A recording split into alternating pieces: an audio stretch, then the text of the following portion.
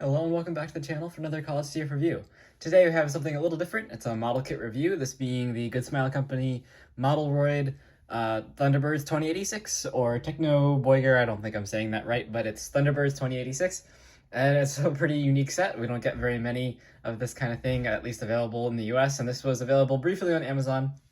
Definitely recommend it if you can still track it down. Really, really great model kit, and I thought I'd give it a review since, maybe this is not as common of a thing to pick up, but I think it's really cool and it's really rare, so I'll just let you know my thoughts. First, take a look at the box, and then I'll discuss the building process and all that. So you can see nice artwork there of our 2086 Thunderbirds there, all assembled into the full spaceship mode, and more images like that throughout the box. The back is probably the most interesting, so all the different pictures and features that everything has, so it's pretty cool. Pretty cool. I'm gonna go over all of that shortly. As well as, these kits are not the cheapest, but they are definitely worth it in my opinion. You get some very high quality plastic and building instructions. I'll show you those. So very nice building instructions. This unfold like a booklet. Very easy to follow. I mean, everything's in, believe, Chinese, but I'm not entirely sure if Good Smile Company is Chinese or Japanese. But it's all very easy to follow. Everything's numbered. You don't need to know this language in order to be able to build it. It's very easy to do. And pretty fast as well. It took me, maybe 2-3 hours to build the whole thing. And it was really enjoyable to do. It was relaxing. It was awesome. Very nice kit. And the sticker quality is very nice. So just taking a look at TB1 here. The stickers you have to apply if you want to. You could also paint it because everything on here is outlined, both for better, easier application of the stickers, but then also if you wanted to paint it, you could. But I applied all the stickers, so TB1, that's all. Each one of those is a sticker. All the cockpit here is a sticker. TB1 on the side is a sticker. This is a sticker. Here's a sticker, and the tail's a sticker. But use some tweezers, very easy to do, and it looks really good. And these model kits can be assembled without glue. I applied super glue in a few places just to help keep everything together so it can be handled a little more if converting between, the different combined modes. But overall, yeah, it looks really good. Definitely recommend a good pair of sprue cutters. Just speeds it up a little bit and makes sure your cuts are a little flusher so you don't have a lot of excess plastic hanging off. But you can see the detail on this is fantastic. It all comes molded in different colors. So you have the black plastic, red plastic, white plastic, gray plastic, and this gunmetal plastic. It's really, really nicely done. Really nicely done. So that is TB1. And it does have some features, which I'll go over later. You do get this included stand that attaches to TB2 for both combined mode, and if you just want to use it for TB2, like I'm doing it, you certainly could. You can see nice detail on TB2 as well. Again, all the lettering are stickers and the cockpit detail is stickers. You can see the engine detail back there. Lots of nice detail on the inside here too. A light little more in there. You can see. Very nicely done. This one's definitely the most redundant of the builds, as it's just building 4 sides, and like the engine nacelles are all the same, so doing the same thing over and over again, but it was still very enjoyable. And here's, of course, TB3. All the wheels on the bottom. Looks really cool. Very nice build as well. And again, cockpit and the lettering is all stickers.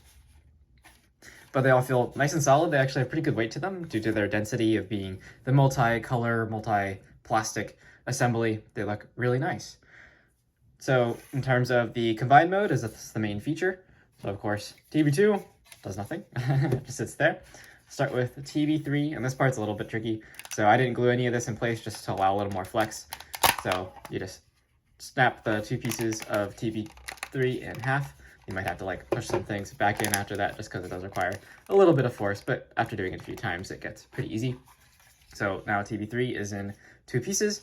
And if you want to, these landing gear, you do get optional covers instead if you want them to be covered. You can try and swap them out. I'm not going to do this here just because it takes, a little bit of tools and stuff to actually pry these back off to put the landing gear back on, or the wheels. So I'm just going to leave them off, but you will be needing these 2 pieces. And so the way this all works is first you get the tabs right here on the side of TB2, and that is, the slot here, which is for the tab up front. And everything's keyed so it all lines up. So first just slot on one side, and there's some grooves and stuff on the inside of TB3 here that line up with the grooves on the outside of TB2. So then once you have that lined up, now you can go ahead and slot in these pieces. So the wider one goes up front, facing downwards, like that, slides right in. And then the back one is kind of grooved for the engine nacelles. So you'll see these cutouts, and those correspond to the nacelles. So just line that one up as well. And it tabs right in like that. And then just grab the other side of TB3, line up those slots, slide everything in, and tab that side in, and nice and secure. There you have the base part there. And it does, of course, if you have the landing gear out, it'll support the whole thing as it's supposed to. Now TB1, this one was the coolest. It's also, you assemble them in number order. So you start with TB1, then you do TB2 and TB3, which I thought was really fun. But TB1's definitely the coolest in terms of features here. You can just split the inside like that and then rotate out.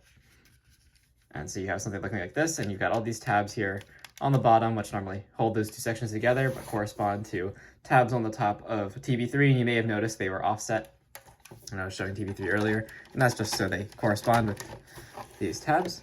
And so TB1 just tabs right in on the top of TB3, like that. And there you go. Here is the fully combined mode. It's very solid. As you can see, nothing's gonna fall off, but it is still fairly relatively easy to pry apart, and I don't feel like I'm gonna break anything. You can definitely go between modes. So there you go. And as you can see, it does support itself, no problem on the ground. It's not like back heavy or anything. The whole thing's very solid.